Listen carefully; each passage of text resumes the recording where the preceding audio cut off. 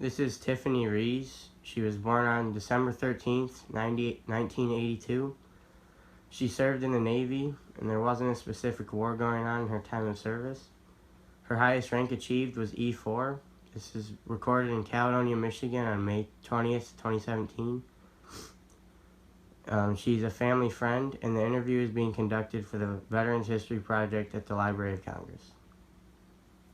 Hi, I'm Tiffany Rees. I joined the Navy when I was 18.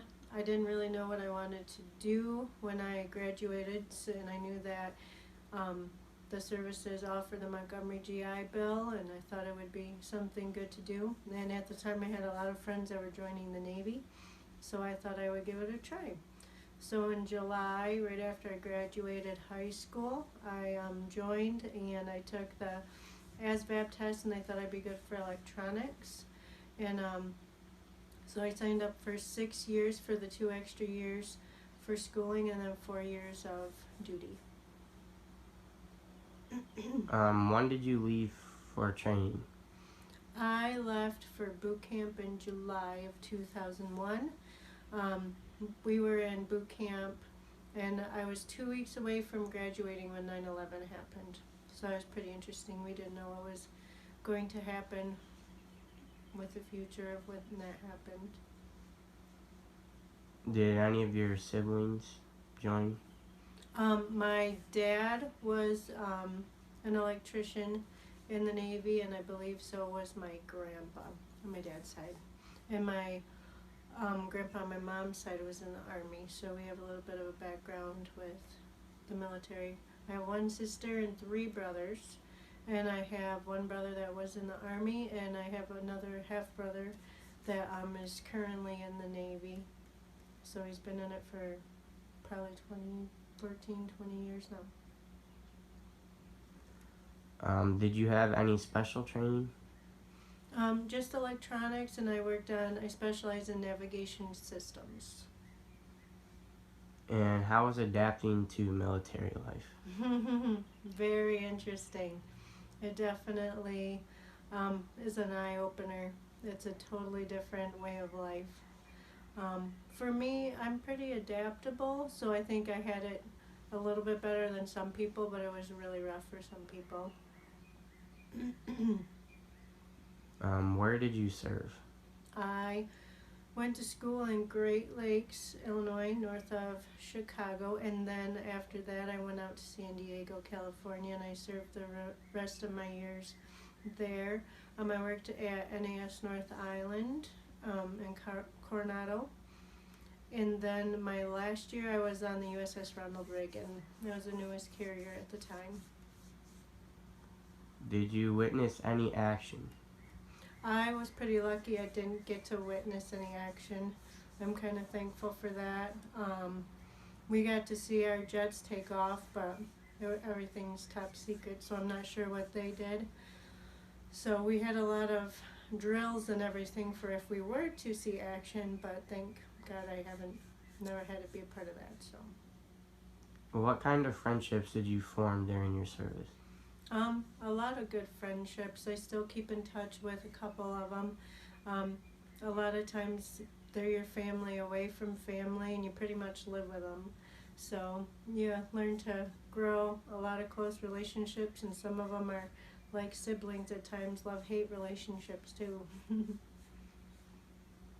How often did you communicate with family and friends back home? When I was in, we had the internet and everything, so it was easier. There were times when we were out to sea where the reception and everything wasn't working, and it might be a few days. I think it might have gone up to a week or 2 at a time, a couple of times depending on things were working with us. I wrote letters here and there too. Did you have any off-duty pursuits? No, nothing extra. Where were you when you ended your service? When I ended my service, I was in San Diego, and I ended up getting a job doing field service calibrating electronic machines here in Michigan, and that's what brought me to the west side of the state. How did you return home? Well, me and my family all packed our bags and had a big old moving truck, and we all just drove across the United States from California back to Michigan. How did your community or family receive your coming home?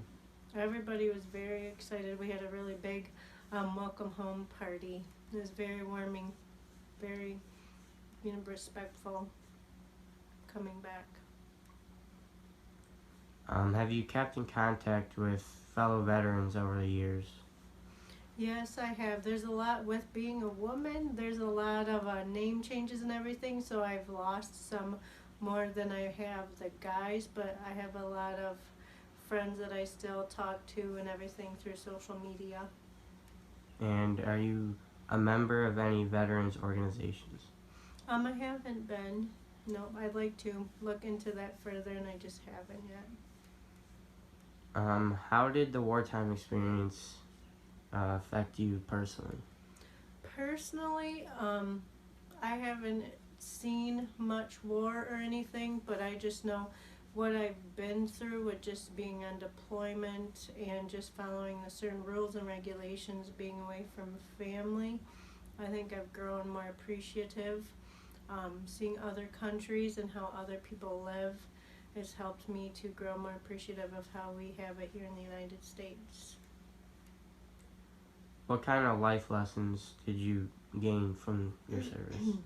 Life lessons, a lot of adaptability, just living on basic, almost nothing, lack of sleep. I'm still using that, and that's helping me. Things like that. Mainly adaptability and just quick reflexes, being ready for anything at any moment. And what are you doing today?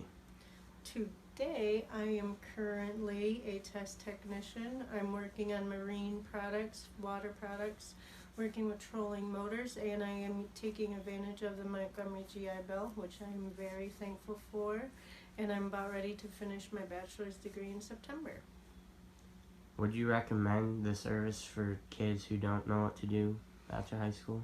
Yes, I would. I personally think that every kid in the United States should do even just a year or two just to kind of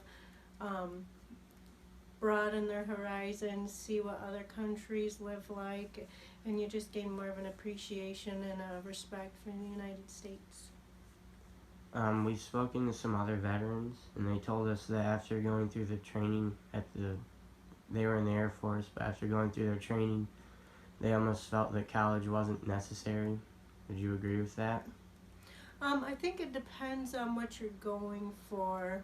I think you learn a lot of basic skills and everything, where depending on what career you choose, I think a lot of times college may not be necessary because a lot of them gain a lot of experience.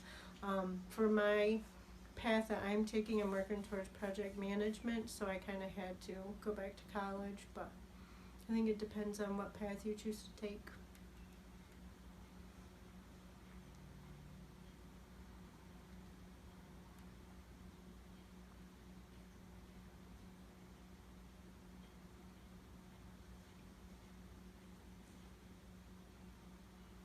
And did you have any emotions related to the service?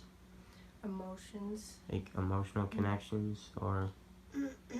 Yeah, I think for me, yes. I think I was glad that I got out and very thankful, but at the same time, after being through that, I've gained a lot of respect for veterans, and I'm pretty emotional when you have people that pay tributes to the veterans and stuff like that, because I personally know what it's like to sacrifice.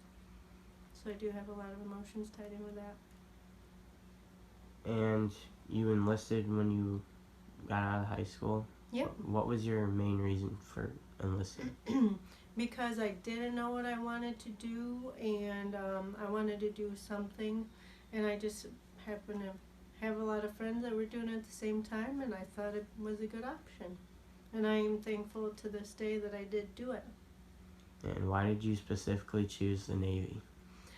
I think because my dad and my grandpa were both in it, and I just happened to have friends at that time. And a lot of times they tell you, you know, you're safer when you're in the Navy, floating away versus, you know, being a Marine. But honestly, once you sign those papers, they can put you wherever they want you. So I had friends that were out with the Marines, working on electronics, disassembling bombs, whatever needed to be done to get the job done. So that's why I started the Navy.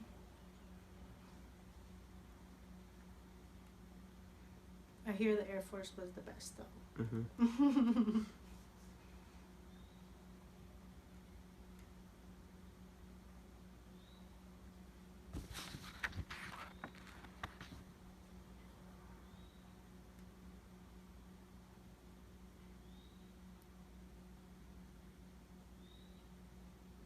Well, thank you for your service. No problem. And I guess that's it. Okay.